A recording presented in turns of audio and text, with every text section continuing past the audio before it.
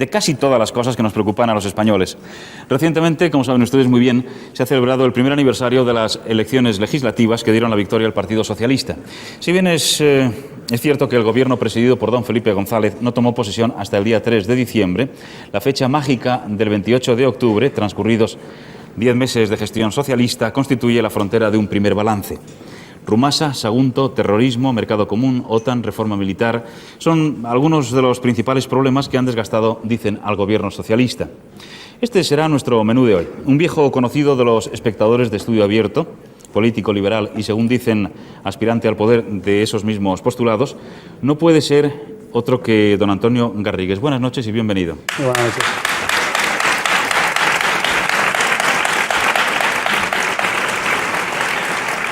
Un socialista al que no se ve con frecuencia por estos pagos, socialista con cargo, don Raimon Obiols, primer secretario de los socialistas de Cataluña, PSC-PSOE. Buenas noches y bienvenido. Y para cerrar la terna, un hombre que se mueve en la esfera del periodismo político entre la crítica y el comentario, el rumor y la noticia, y que tampoco es nuevo en Estudio Abierto. Ramón Pi, buenas noches. Hola, buenas noches. Digamos que Ramón Pi trabaja en La Vanguardia y en la cadena SER, que luego, si no se dicen estas cosas, a él le riñen, me dijo un día. Bueno, dicho está. Señor Obiols, me va a permitir que le haga la primera pregunta. ¿PSC-PSOE es uno o dos partidos, para que yo me entere? Bueno, el PSOE es un partido federal, es decir, que está compuesto por organizaciones diversas en las diversas comunidades. Entonces, el PSC pues, es un partido integrado federativamente dentro del PSOE, pero que tiene, como es lógico, en tanto que partido catalán, una personalidad propia, una personalidad específica. Sin más preámbulos, primera cuestión para cualquiera de los tres y para los tres. ¿Hasta qué punto 10 meses de gestión es suficiente o son suficientes para juzgar una labor y, por tanto, cómo ha de entender los resultados de sus opiniones? Estamos hablando del Partido Socialista de este, digamos que, primer año. ¿Es tiempo suficiente como para ponerse a juzgar como se ha puesto a juzgar todo el mundo?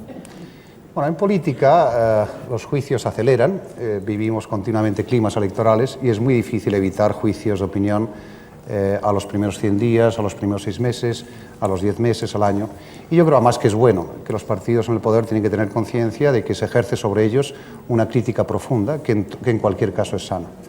Yo en cambio dije que a mí el plazo de los 100 días me parecía insuficiente, que el Partido Socialista tardaría mucho más tiempo en ejercitar el poder y en ocupar los medios del poder.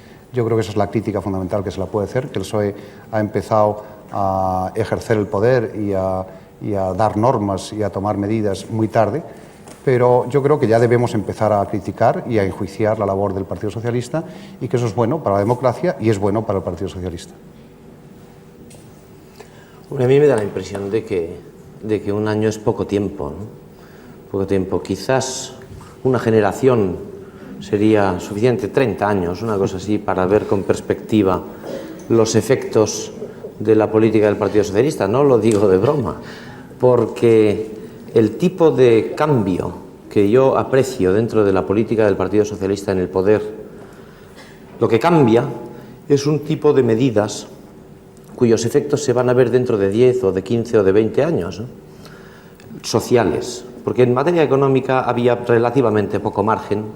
Se podían subir más o menos los impuestos, se podría engordar más o menos el déficit, pero las coordenadas son parecidas. Cualquier gobierno habría estado un poco más en la intervención, un poco menos en la intervención del poder público en la vida de la gente. Pero hay un tema en el que sí que se puede producir un cambio real, que es en el tema de las costumbres. Y ahí sí que me parece que un año es muy poco tiempo. Hablo, por ejemplo, de la despenalización del aborto, hablo de la LODE, hablo de la reforma del Código Penal en otros aspectos, aparte del aborto. Los efectos sociales de eso tardaremos unos cuantos años en verlos. Señor Obiols, debe estar encantado porque sabe que hasta dentro de 30 años nadie le va a pedir. Hacer esta discusión a 30 años vista, de todas formas, sería un poco incómodo para todos nosotros, ¿no?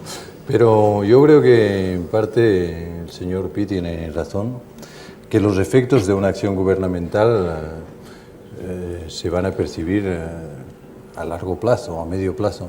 De todas formas, yo pienso que en un año hay perfectamente la posibilidad de percibir lo que es un estilo de gobierno, una manera de trabajar y de hacer las cosas, ¿no? Y yo creo que la opinión pública ha podido calibrar perfectamente cuál es la manera de trabajar y de hacer las cosas de este gobierno.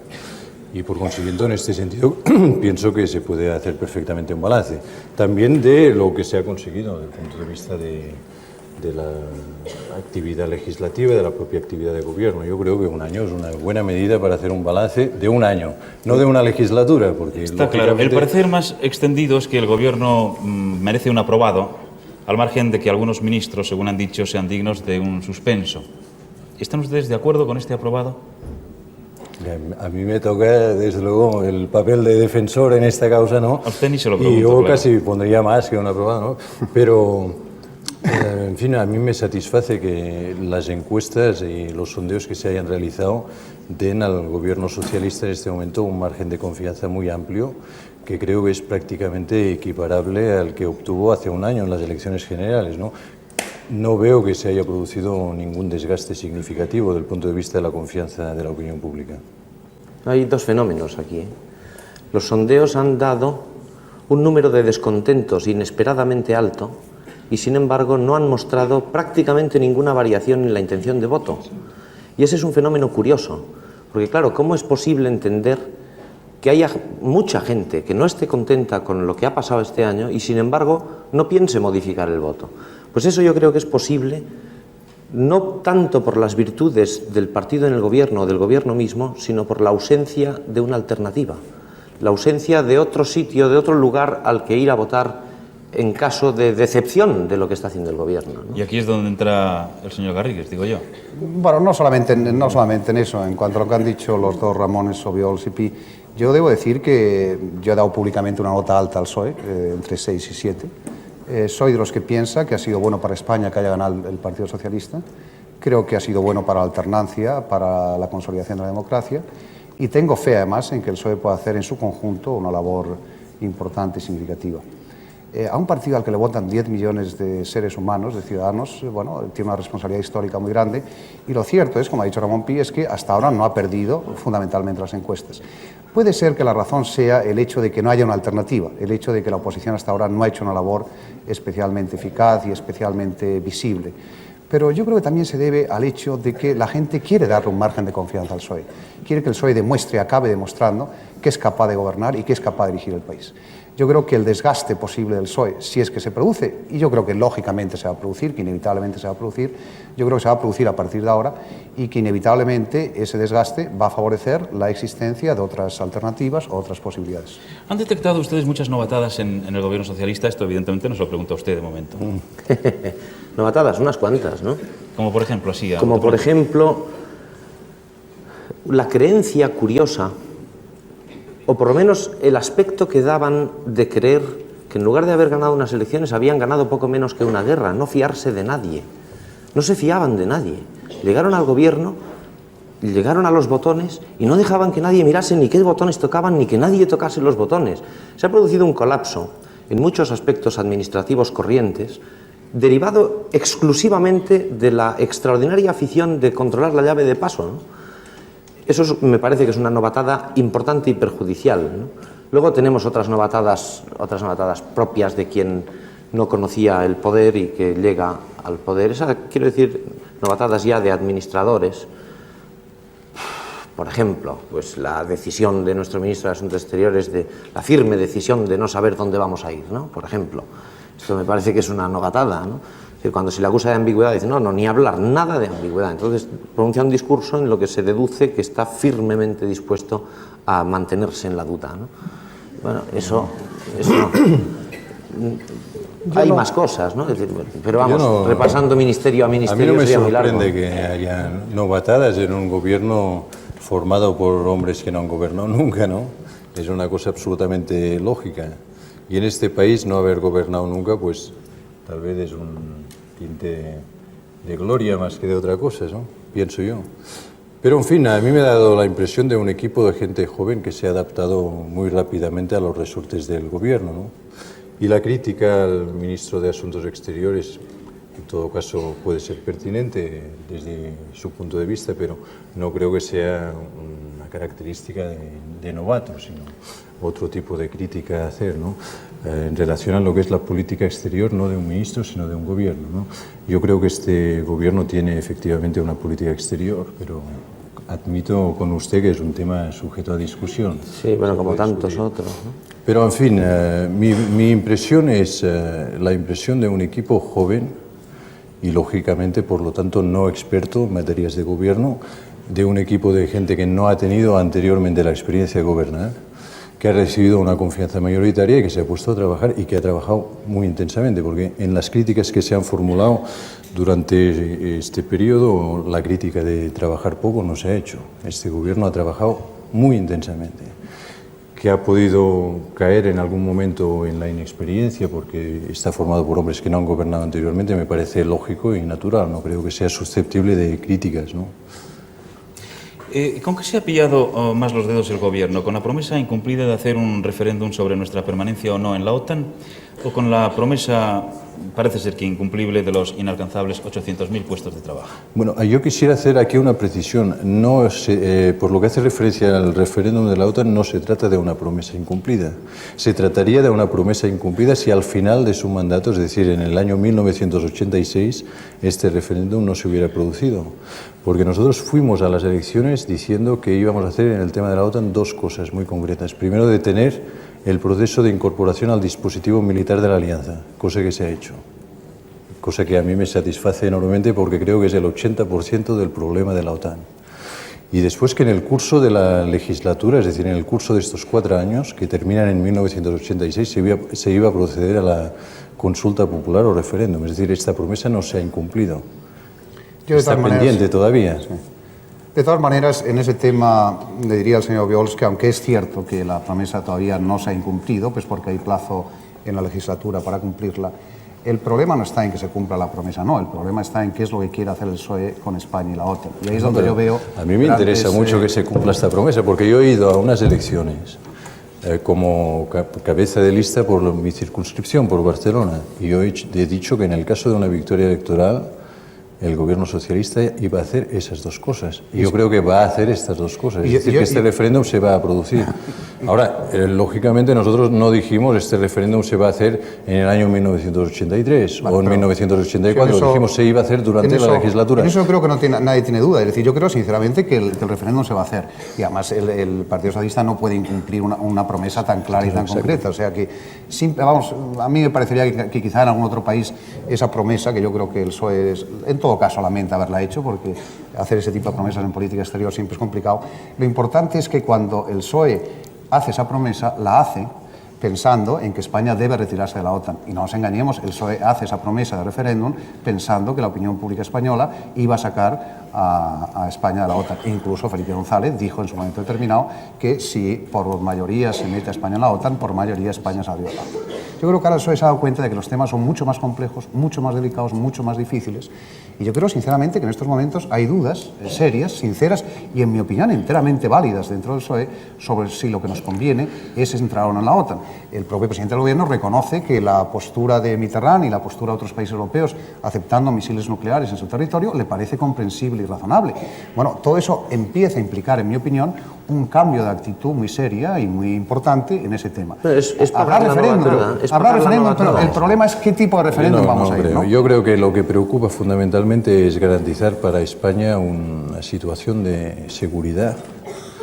Y yo decía antes que a mí me parece que la congelación de la incorporación militar a la Alianza era muy positiva y ha sido tal vez subvalorada por la opinión y por los analistas políticos, porque esto significa que en España no hay armas nucleares, esto significa que en España no hay euromisiles. Yo creo que esto es muy importante, que la inmensa mayoría de los ciudadanos opina como yo, ¿no? Yo no soy un estratega militar, otra cosa es que la retirada de la OTAN sea efectivamente un tema difícil y complejo, ¿no? Y que obligue a pensarse muy seriamente las cosas. Y por otra parte se ha producido, que duda cabe, un endurecimiento de la situación internacional que ha aconsejado al gobierno aplazar la convocatoria de este referéndum para una coyuntura que sea la coyuntura más favorable, ¿no? Pero no creo que haya posiciones que hayan cambiado. Para mí esa neutralidad cuando se afirma, por ejemplo, que la... No, yo he hablado de seguridad, no de neutralidad. No, digo, cuando se dice que desde el punto de vista de seguridad el hecho de no tener misiles nucleares... Yo prefiero, francamente, yo prefiero no tener euromisiles o armas nucleares en España. Yo creo que la inmensa mayoría sensata de este país opina igual. Pero, por ejemplo, yo estuve este fin de semana, hace unos días en Portugal, y me encontré con que allí se estaba discutiendo la posibilidad de que Portugal tuviera misiles nucleares. Como Portugal tenga misiles nucleares, el hecho de que nosotros lo tengamos que no se convierte en un hecho relevante. Mira, yo prefiero que estén en Portugal que en España, lo digo con toda sinceridad. Teniendo bases americanas, pues cuanto más también, lejos de mi domicilio, mejor. Yo también lo digo, pero digo que el tema este se ha complicado profundamente para el propio PSOE, y que conste que yo lo digo encantado de la vida. Es decir, me parece lógico y sensato que un partido que no había tenido, como el señor Beol reconoce, experiencia de gobierno, haga promesas que lógicamente hubieran preferido no hacerlas. ¿Para qué nos vamos a engañar? Es decir, el PSOE tendría ahora las manos más libres si la promesa de los 800.000 puestos de trabajo. Pero es no que el tema de la incorporación a la OTAN, aunque nosotros no hubiéramos hecho este planteamiento, ya estaba, porque fue un gobierno que, de una forma que nosotros criticamos, incorporó a España a la OTAN. Nos hemos encontrado con un hecho consumado en este sentido, ¿no? Entonces hay que buscar la fórmula más sensata para resolver este problema. Señores, ¿y qué tal si dedicamos unos minutos a los 800.000 puestos de trabajo y a la pregunta que iba conjuntamente con la de la OTAN? No sé, yo quiero el tema perdón, Si es Ramón, que adelante. ellos tienen muchas más cosas que decir. No, seguro que no. Eso, seguro que tu opinión será importante. Esta es en mi opinión, es una promesa electoral que salió demasiado exitosa publicitariamente hablando, porque la gente se ha acordado. Y claro, eso tiene un precio que luego hay que pagar. Porque luego le preguntaban a Felipe González, no sé si en la campaña electoral, a finales de la campaña electoral, bueno, ¿y esto de los 800.000 puestos de trabajo cómo es? Y él decía, pues muy fácil, 800 dividido por 4... 200. Claro, seguramente esto lo dijo en el autobús electoral, aquel, tal, seguramente, pero lo dijo.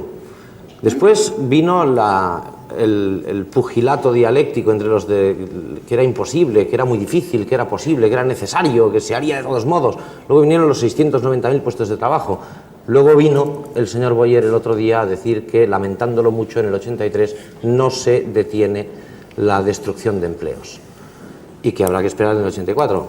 A partir del 84 ya son 266.000 puestos de trabajo, pero a partir del 85 ya son 400.000 puestos de trabajo al año. Y en el 86 tendrán que ser los 800.000 en el 86. Yo creo que este ha sido un éxito excesivo de un eslogan publicitario que dio demasiado en la diana y la gente se ha acordado. Señor Obiols, ¿y qué pasa? ¿O qué puede pasar si efectivamente no se cumple esta promesa que con toda la buena voluntad se hizo en su día? Pues pasa exactamente lo que pasa en toda democracia, ¿no? Que son los electores los que tienen la última palabra siempre, ¿no? En el año 1986 los ciudadanos y ciudadanas de España van a decidir si este gobierno ha actuado bien o ha actuado mal y van a votar de acuerdo con su decisión. Pero yo quiero citar a este propósito un poco mi experiencia durante la campaña electoral en Cataluña, porque yo hablé con miles de personas y una cantidad enorme de gente que nos decía, os vamos a votar, te vamos a votar, pero no vais a conseguir estos 800.000 puestos de trabajo, habéis puesto el listón demasiado alto. Es decir, que había un pórsico de realismo muy grande entre la gente, ¿no? Yo no sé si este objetivo, que reconozco que es un objetivo muy ambicioso, se va a cumplir. Lo que sí estoy seguro es que este gobierno va a crear trabajo en España. Me parece que esto es lo importante. Si después resulta que en el año 1986 se han creado 635.000 puestos de trabajo en vez de 800.000, ¿será un fracaso esto o será un éxito? Depende un poco del punto de vista, ¿no? Del punto de vista de un eslogan electoral, se han quedado 125.000 puestos por debajo, ¿no? Pero del punto de vista de la situación del país, yo creo que será un éxito muy importante. No, es luego. En todo caso, hay que esperar y ver exactamente en 1986 qué es lo que ha sucedido, ¿no? Claro. Si se llega, desde luego, a 636.000 puestos de trabajo, hay que celebrarlo con una fiesta nacional. En materia económica, al 86, y en materia de costumbres, una generación hemos quedado. Sí. Ha pasado un año, es que no se puede juzgar. No, pero yo no creo que, sinceramente, que tengamos que esperar para enjuiciar si el PSOE ha creado 800.000 puestos de trabajo. No. Yo en eso coincido con Ramón Obiols en que se trata de una promesa de intención, se trata de que el PSOE demuestra que está haciendo todo lo posible para alcanzar 800.000 puestos de trabajo, que no los va a alcanzar. Eso no lo decía el programa electoral. Así es. Pero, en fin, reconozcamos que en las promesas electorales, sobre todo los partidos que ganan, se recuerdan mejor que de los partidos que pierden. Los partidos que pierden también hacen promesas que generalmente no hubieran podido cumplir. Pero, en fin, ese es el problema del desastre del gobierno. gobierno. Yo lo que digo es que en el tema del paro tenemos que ser conscientes de que efectivamente, en primer lugar, no depende de nosotros, es decir, que depende directamente de las condiciones globales de reactivación económica internacional. Si por alguna razón se produjera una reactivación económica norteamericana profundísima e importantísima que afectara a Europa, esa escalada de reactivación llegaría a España en el año 85-86 y se podría mejorar la situación.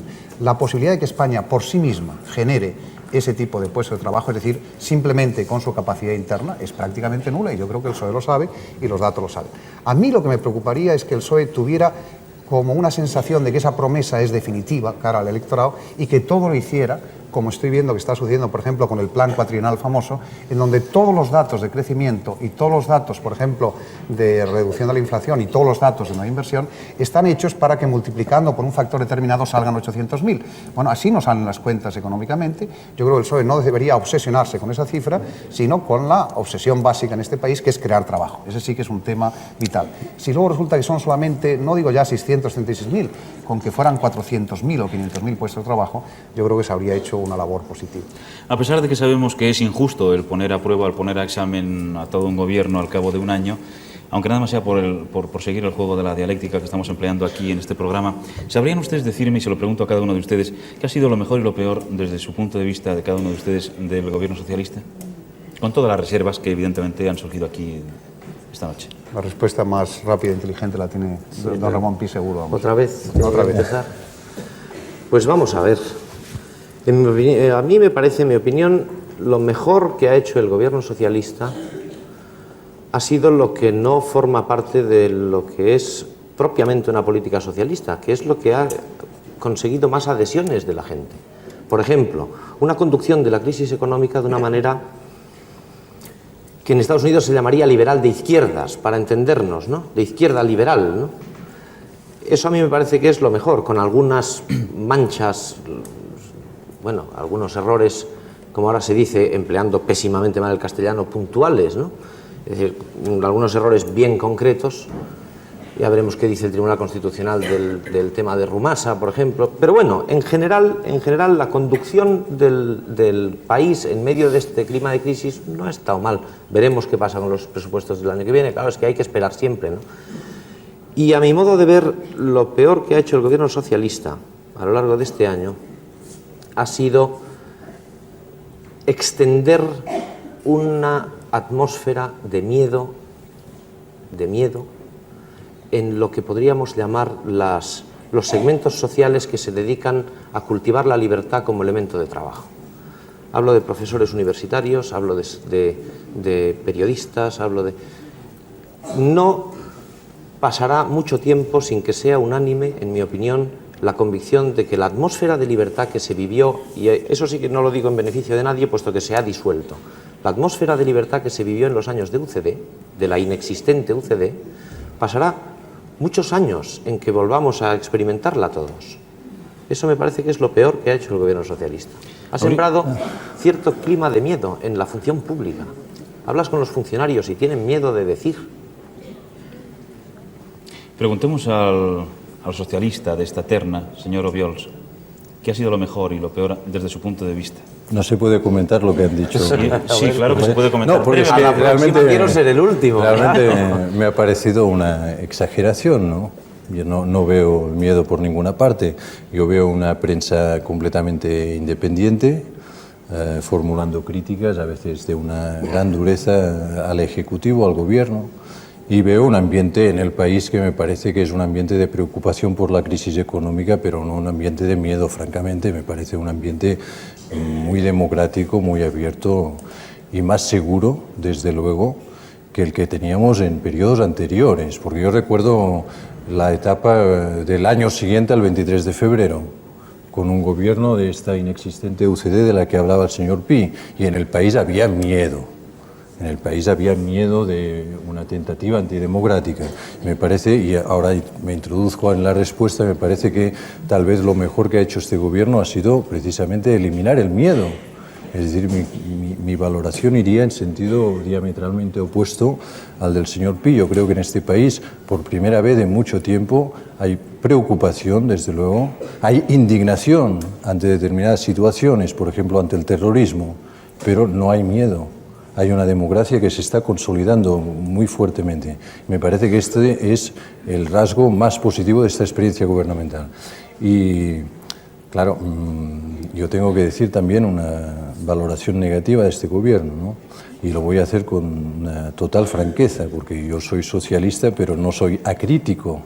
Yo soy una persona democrática que tengo, como cualquier hijo de vecino, pues sus puntos de vista, ¿no? Pues adelante con ello. Y yo diría que lo que ha fallado durante este año ha sido tal vez la política informativa del gobierno. Y reconozco que la política informativa de todo gobierno es enormemente difícil.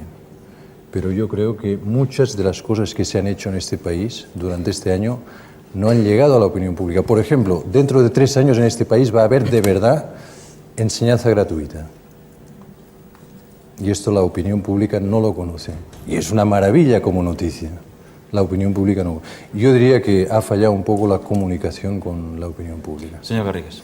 Bueno, en cuanto a la enseñanza gratuita, yo creo que como va a ser dentro de 2 años, yo creo que el PSOE ya no quiere hacer más promesas, porque como prometa que va a haber enseñanza gratuita dentro de 2 años y no la cumpla, se puede crear un Podemos verlo, problema. señor Garrigues-Walker, dentro de 3 años aquí para comentar la noticia, ¿no? Ojalá. Sí. Pero yo le aseguro a usted que la política gubernamental va a pero asegurar ¿qué- esto por primera vez en la España contemporánea y desde luego ya no en la No, España hombre, lo que quiero decir que antigua, más- ¿no? Donde la enseñanza era un privilegio de unos pocos y no un derecho de todos. como Hombre, es lo que ahora. quiero decir es que creo que el señor Obiols, más que una crítica, lo que ha vuelto es a hacer un nuevo elogio, ¿no? Porque lo que nos viene a decir fundamentalmente es que el PSOE lo ha hecho todo admirablemente bien y lo que sucede es que el PSOE no ha sabido transmitir a la opinión pública lo bien que lo ha hecho. Yo personalmente diría lo siguiente, que desde el punto de vista positivo, el PSOE yo creo que ha hecho una ocupación de los medios del poder realmente excepcionalmente buena. Ha tranquilizado al país en su conjunto, han demostrado más profesionalidad y más experiencia de la que yo imaginaba y la que mucha gente imaginaba, y creo que se lo ha hecho suficientemente bien. Y teniendo 10 millones de votos, siendo después de muchos años un partido en el poder, yo creo que es una labor que merece un alto calificativo. Y lo peor, y en eso empiezo a coincidir de nuevo con Ramón Pi, es que por la razón que sea, el Partido Socialista está transmitiendo una sensación de prepotencia en la que yo estoy dispuesta a disculparle. Es decir, es que tiene mucho poder, es que tiene el poder ejecutivo, tiene el poder autonómico, tiene el poder municipal, tiene gran parte del poder cultural, tiene muchos poderes. Y yo creo que si el PSOE no corrige esa sensación de prepotencia, efectivamente, no digo a nivel popular, porque yo creo que eso tarda mucho más en notarse, pero a nivel de la clase dirigente, o a veces la clase dominante, yo Eso creo que ya lo he especificado yo antes. eso se va a notar de una manera profunda y sería malo. Y que conste que yo no tengo la menor duda en cuanto a la honestidad y la credibilidad de los dirigentes del PSOE, lo digo. Pero es que a veces cuando se tiene mucho poder, y es un liberal lo conoce, inevitablemente hay una tentación de exceso de poder, pues porque hay unas dinámicas, incluida, yo diría incluso, el propio oficialismo del pueblo español. Es decir, que yo creo que todavía tiene el pueblo español una serie de reservas o pudores en cuanto al poder constituido, porque la democracia no está muy asentada. Sí, hubo Como no lo gente- ejercite bien... Hubo gente a este respecto cuando los 100 días del Tenemos un gobierno, minuto. Hubo gente a la que le pareció bien una cosa que dijo el vicepresidente Guerra, que a mí me dejó de una pieza. Dijo, yo no sé si hemos gobernado bien o mal, pero lo que es seguro es que hemos gobernado mucho. Yo me quedé de una pieza, hombre, pues algo tendrá que ver si lo han hecho bien o mal, pero no, había mucha gente que decía, eso, yo, sentirnos muy gobernados. Eso es eso a lo que se refería el señor Garrigues, ¿no? Lamentablemente... Tiene 30 segundos de para lo todas que quiere formas, tal vez, o sea, no le discuto al señor Garrigues-Walker que en algún momento dado se haya dado esta impresión falsa, porque como usted sabe, el poder de un gobierno, incluso disponiendo de una mayoría absoluta, no es en un país democrático un poder absoluto, ¿no? Hay una gran cantidad de poderes en este país que escapan a las decisiones del gobierno. Para empezar, los poderes económicos, ¿no? Los empresarios del sector que decide realmente si en un país se invierte o no se invierte, por ejemplo. Esto es un elemento de poder tan fabuloso en un país y escapa completamente a un gobierno. Es decir, que si este gobierno ha dado esta impresión, cosa que yo discuto, en fin, no lo veo, yo creo que se ha tenido un talante moderado en todos los aspectos. De todas formas, sería una imagen inexacta porque el poder en este país, por suerte o por desgracia, aún está muy repartido. Ramón Pi, Raimon Obiols, Antonio Garrigues. Muchas gracias. Buenas noches.